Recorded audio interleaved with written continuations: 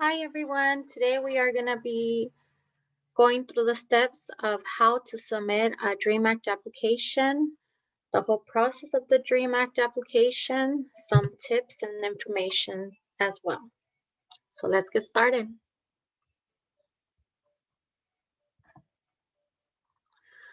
So the first thing you want to do is you want to go on the website, which is dream.csac.ca.gov. Here you will go ahead and see the website, which is an example I have here on the side. It is important to renew this application every year. It opens as early as October 1st. You want to make sure you meet the deadline of the Cal Grant and submit it before March 2nd. This is a state application, so this is a safe application for you. This application will bring you any free money for you to come to college. This application is for our undocumented students and AB 540 students. So the first thing you need to do is you need to go ahead and click the new student, first time user, get started, start here button. On here, it will let you create a Dream ID and a username and password, similar to the FSA ID, but this is for the DREAM Act application. By doing this DREAM Act application, you do not have to fill out the FAFSA application. If you're an undocumented student or dreamer, you do not want to do the FAFSA application, you should fill out this application. Until you become a U.S. citizen or a permanent resident, you fill out the FAFSA. If not, you continue filling out the DREAM Act application every year. Make sure you write down your Dream ID, your username and password, and you save it somewhere safe. If you do come across any problems while creating your login, you can always contact the Dream Help Desk on the number here displayed. You can go ahead and take a picture of this number, that way you can have it for later. Or if you ever need it, you could always call our financial aid office and we can go ahead and give it to you. All right, so let's get started. So once you go ahead and go into the application, you will be asked a series of questions. The first one, they will ask you if you have a social security number. If you are undocumented or a DACA student, this question should be a no. A lot of our DACA students might get confused because they do have a social security number that is assigned to them for work purposes only. Even if you have this social security card that is displayed here, this answer should be no still, if you are a DACA recipient. If you do not have DACA, you can still apply for the DREAM Act.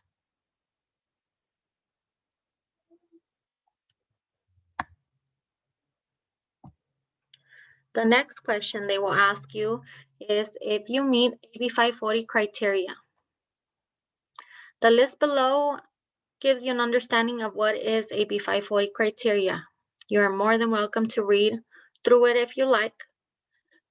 But to save you some reading, basically what this means is, have you attended a California school for at least 3 years? If you've been here all your life, that question is going to be a yes. If you might have attended your high school year, maybe you got here as a freshman and finished your senior year all through high school, that question is going to be a yes. You can use a combination, even if you got here in elementary school, you left and then came back, you can go ahead and put a yes as long as it's 3 years. You can combine elementary school, high school, community college. some adult education, and GED.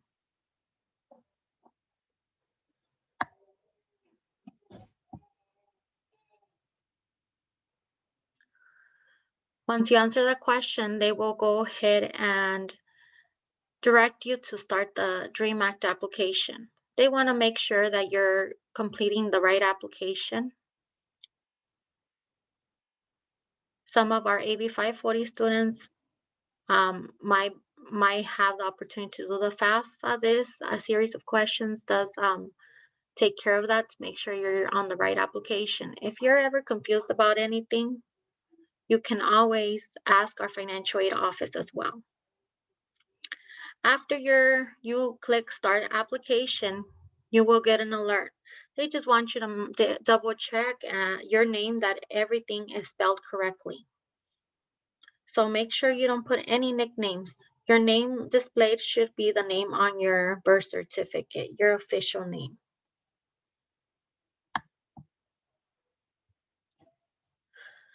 Once the application opens, they will give you two options to go ahead and fill out the two applications for the DREAM Act application.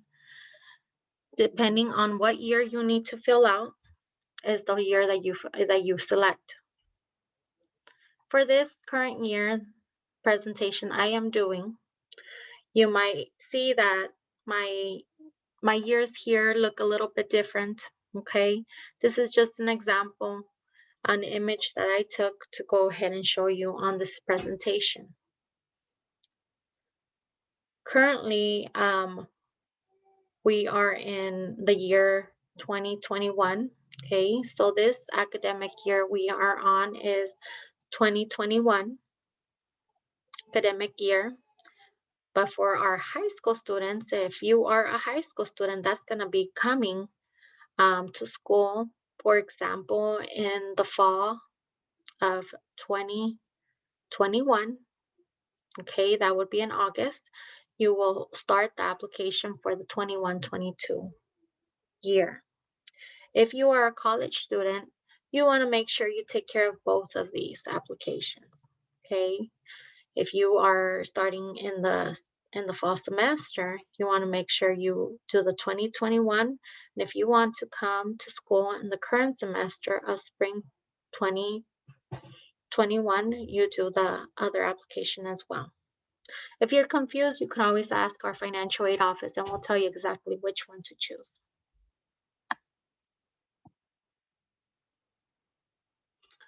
All right, so once the application opens, it will look like this. It will be a series of fields that are going to be asking you information. Only reply to the fields that have a little red star next to them. If they have a little red star, that means that you have to fill in the information asked. If they do not have a little red star, don't fill those in. You only want to give them whatever they're asking, not no more. Make sure you don't put nicknames. A lot of us also have very long names or last names. I know that the field only gives you a certain character limit to put, so put as much as you can fit into the box. All right, as you go through the questions, they're pretty basic, but one of the number one questions we have is question 16, your citizenship status. So on here, our students will be asked three statuses. If you are undocumented or you are a DACA Dreamer student, you will be choosing the third option.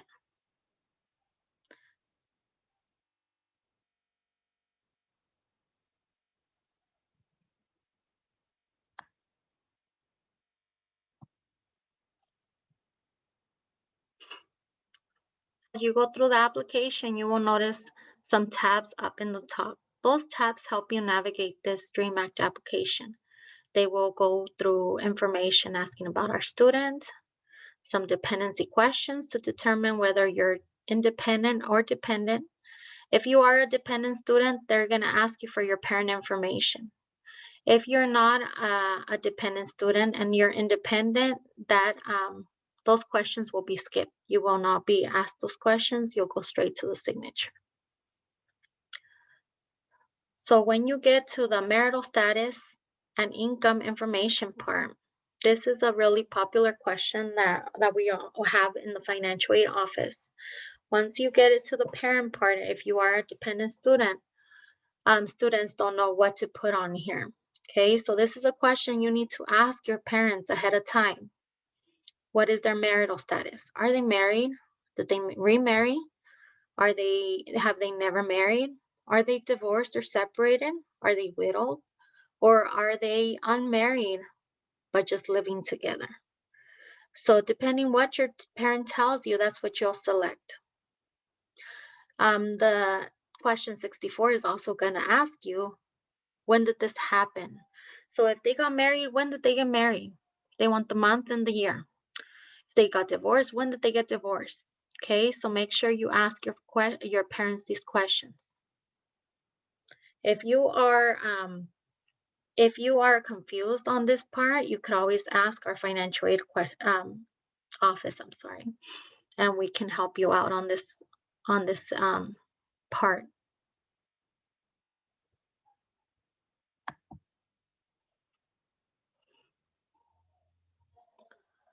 All right. So the next question will be if our parents worked in the year that is displayed there. Okay, as again, this is an example. Okay, so it is asking here if they worked in the year of 2017. Depending on the year that you selected of the application, um, that year might change, that tax information. Okay, so keep that in mind. So did they work that year? Did they file taxes that year? If they didn't work and they filed taxes, then they are going to select already completed. If they did not work or they do not file taxes, then you're going to select not going to file. Okay, they don't have to file taxes to be able to complete this part. Okay, if they're not working, they probably didn't file taxes. If they are working, they just forgot to file the taxes. Usually, you have to make over $10,000, I believe, to file taxes. But if they did, you could always check with their tax preparer, of course. But if they did and they forgot to file, you can put will file. You will have to get that information done with your tax preparer yourself. You file the taxes and then you come back and change this field here, okay? Because they will be considered incomplete until parents file taxes, if that was the case. All right. So if once you're done with this question, they will also ask you for your parents' social security number. If parents are undocumented, you do not need a social security number because they don't have one. They'll be assigned an ITIN number if they file taxes. So that's where you will be putting in the ITIN number in the place of the social security number on the application.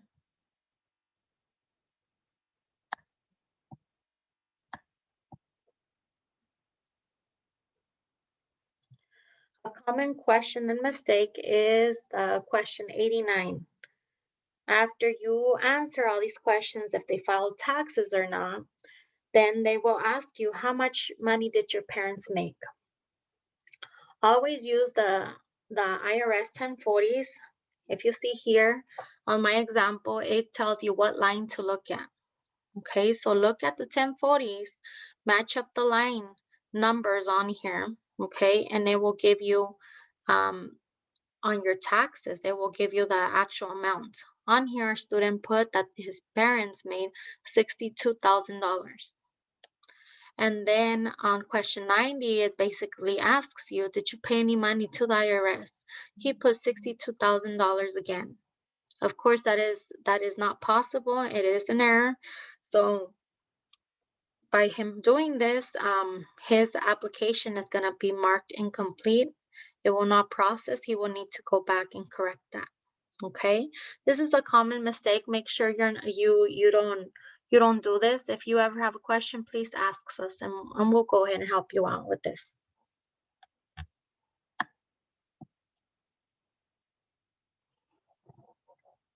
All right, so once you finally complete your parent part, your student part, then it will give you a little box to go ahead and sign for yourself for the signature under signature tab.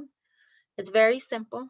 And then for your parent signature, if you're a dependent student, you will need to add a parent signature as well.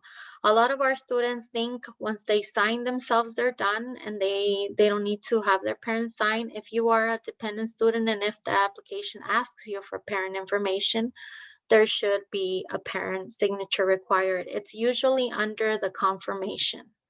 It's displayed here on my example. It's circled in red. It's a green big button. You just push it. On here, it will ask you if your parent has a PIN number. If you have never done this application, you probably don't have a PIN number, or um, if you do, you can put it. If you don't, it will give you an option to create a PIN number for your parent. Okay, so you can go through those steps with your parent, create a PIN number, and you guys can sign electronically using the PIN number. It is very simple. Make sure you write down this PIN number for your parents because you will need it to sign your applications every year.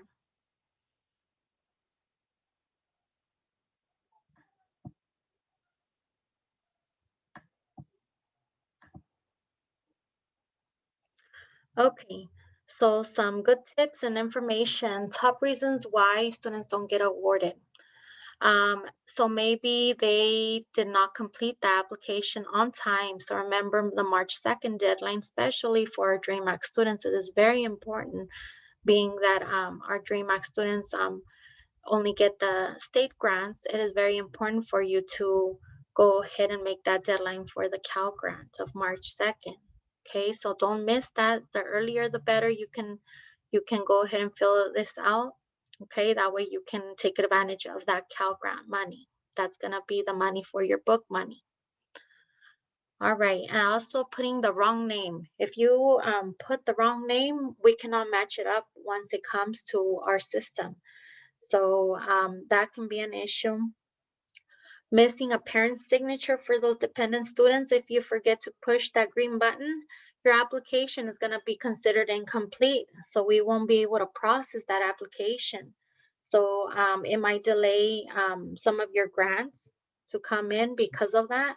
So make sure you go back and you submit it. You could always call our office after you submit your Dream Act application.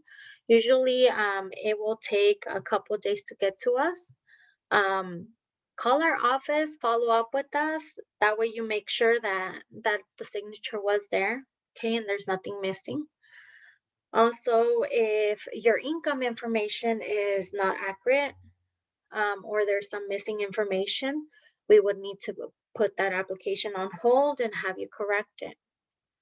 Also, for our male students, all of our boys need to go ahead, if you're in the age of 18 to 25, you need to register for the selective service. Okay, that is the military draft. Our Dream Act did have the option to sign you up automatically on the Dream Act application. They did remove that button for our for to not expose some of our students' information for your security. So now it is the student's responsibility to sign up for that. You want to make sure you do it, okay? That way, in the future, if you ever are trying to become a U.S. citizen or fix your citizenship in the future, this will not be an issue. Make sure you can always go to your post office. They should have the little pamphlets there. You can go to the financial aid offices. They will have them there as well. Or you can go online to sss.gov and you can print out the selective service form. You are not going to be able to do it online. You have to actually print it out or do the mail-in pamphlet. On the pamphlet, there is an area where it requires social security number. You do not need to put that, okay? You just put in your information. Also, verification process. our Dream Act students can also be selected for verification. So that just means that the state could require you to provide a little bit more information before we release any money to you. So always check with our financial aid office for that. Also, if a student completes a FAFSA accidentally, okay, there is a way we can go ahead and if you complete the Dream Act application where the state can still honor that submission date. So talk to us at in our office so we can, if you ever come across that, if you accidentally fill out the FAFSA, okay, so we can get you back on track and dream and fill out your Dream Act application. So select the service like I was mentioning earlier. This is how the form looks for all of our male students. They should be filling out the select service registration form. You can find it in your local post office, financial aid offices, and you can go to sss.gov, print this out, fill it out. Social Security part number 3, leave it blank, sign it, mail it in. Once they send you the proof that you sent that you registered, make sure you save that paper as proof that you did it.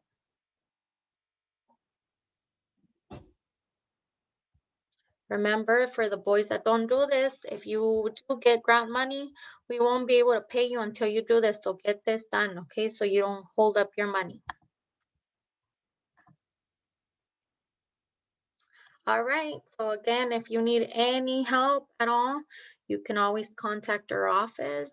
We are more than happy to help you. You can go ahead and email us. You can call us. You can go ahead and make a virtual appointment as well. We're here for you. Thank you again, and contact us if you have any questions.